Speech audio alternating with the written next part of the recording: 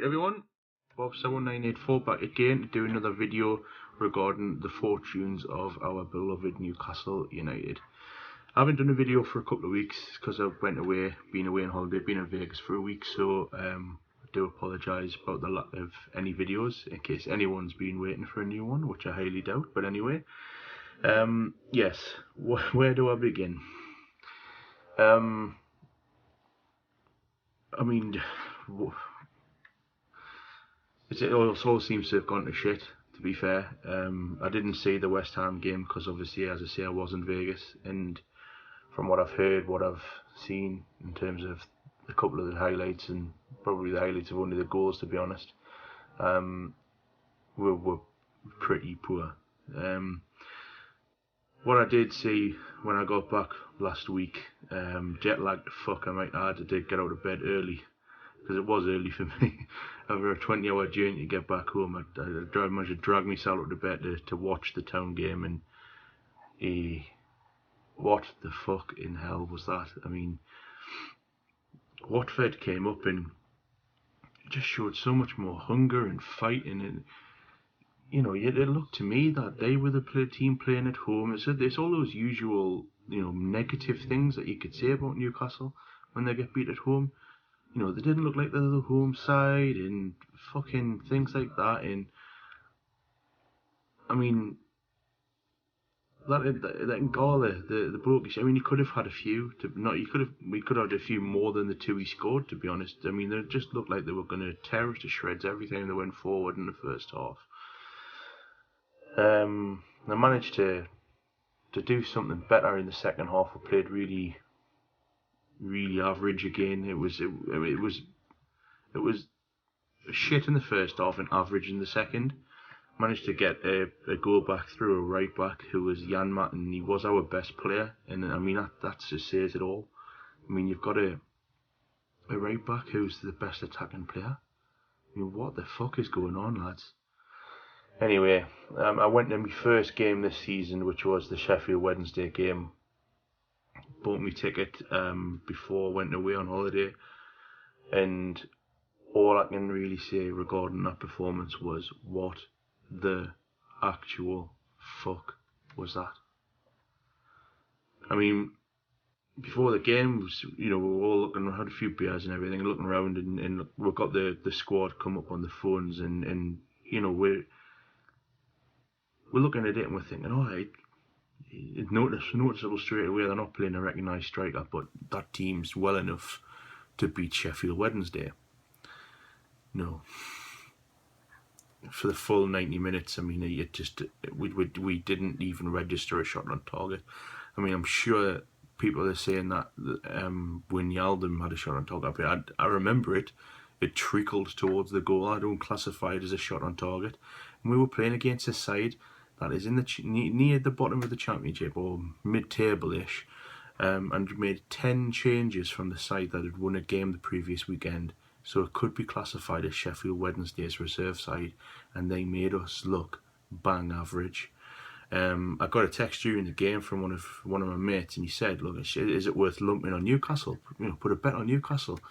I fancy them. They should obviously win now. The squad they've got out, 20 minutes to go, or 25 to half an hour, sorry, however long it was."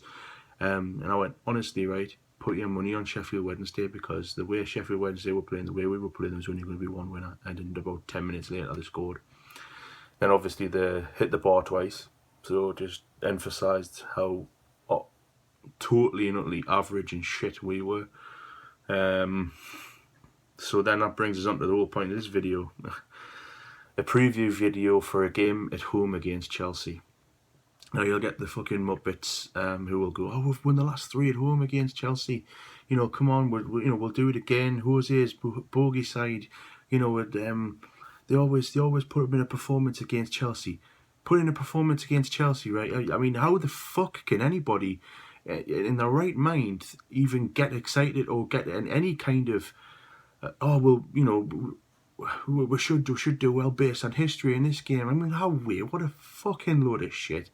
The way we're playing, we should be there for the taking easily tomorrow. I'm sorry. Chelsea have had a very, very average start to the season. They need to continue winning. There was probably the biggest slice of luck last week when Man City got beat by West Ham, and they had obviously already beaten Arsenal.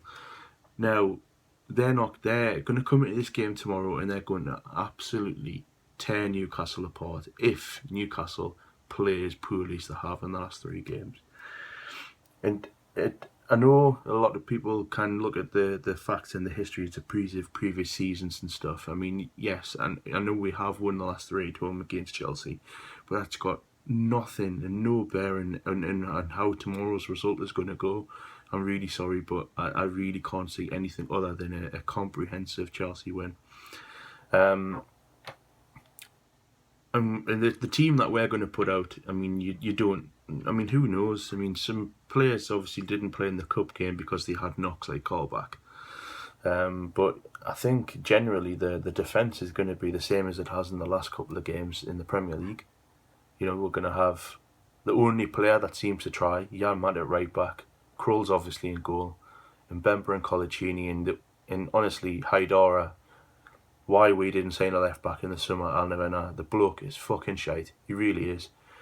In midfield, it's got to be Tovan. I mean, and apart from the Northampton game, you know, he hasn't really set the world on fire. But I do think it's a bit harsh and a bit premature to be saying that the lad is shit.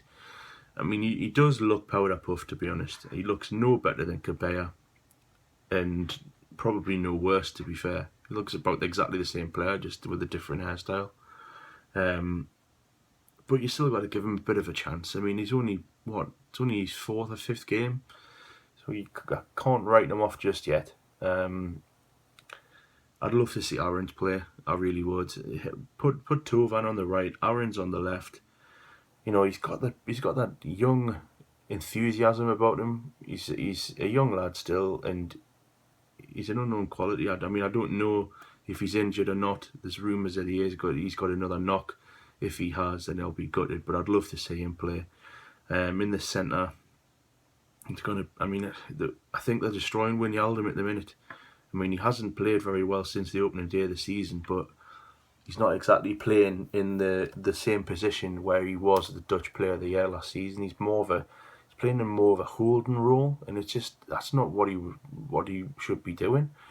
I think, you know, if it was me picking the team, or if it's me obviously trying to decide what McLaren's going to do, I think it's going to be Mitrovic up front, which I'm pleased about because yes, he's had all these headlines about being a hothead, but at the end of the day, he brings that little bit of extra passion. He brings that little bit of heat up front. You know, he's going to try and boss the Chelsea defenders if he can, and we're severely lacking a bit of fight up front. We really are. But I'd love to see Perez play as well, maybe behind him. But if Aarons doesn't play, I think Perez will play on the left. I'd like to see De Jong start because I think it's about time that we get something from him. I think he will go as a second striker. And obviously Sissoko needs to play in the middle. I think that's fairly obvious. In terms of a prediction, I really can't see anything other than a defeat for Newcastle. And it's going to be a resounding theme this season if I do these videos all season of us playing poorly, and it's going to be a resounding, you know, victory for the other team if we continue to play as badly as we do. It looks like nothing's changed since last season, and it really, really does pain us to say that because it's a new manager. It's supposed to be a new philosophy in terms of playing football. You know, they've said they wanted the top 8 finish in a cup run. Well, the cup run's fucked unless you go for the FA Cup. But to be honest, the best chance of any kind of silverware was the bloody Carling Cup, or whatever you call it, the Capital One Cup. But in terms of a prediction, I think I've got to go, as I say, for a Chelsea comprehensive win. I'm going to go for them to win 3-1 or 4-1. One of the two, and I think us scoring is generous, but I'm hoping on beyond hope there's going to be something to shout about tomorrow.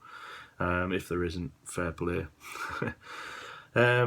Moving on from the football, obviously, as everyone who is on the FIFA community knows, the new game came out this week. I got my Super Deluxe Edition downloaded about Monday or Tuesday, so it was sat on my PlayStation account waiting to be played, and I couldn't play the fucker. So obviously Wednesday at midnight or Thursday morning, however you want to look at it, it came on, had a quick go, and over the past couple of nights I've had a couple of goes on the season mode, and obviously as I did a video on the Ultimate Team, which didn't go very well. I got a load of shit, but it's the first video. I can't expect to get Ronaldo and Messi in the first one. But look out for some more of those videos. In terms of liking the game, I do think it's really good. I think it's been made a lot harder in terms of you kind of just put a placey player on the wing, run down the wing, bomb in, and just cut inside and cross it in or whatever, like you could in previous ones. Pace mongers are going to have a hard time scoring goals on this game if that's the only way you can play FIFA is by using pace. But I am enjoying it so far. I probably will be doing a lot more videos on that. So if you do like what I have been doing with FIFA, or if you like these videos regarding the match day videos, then just give us a like and subscribe to the videos. But thanks very much. I'll see you later.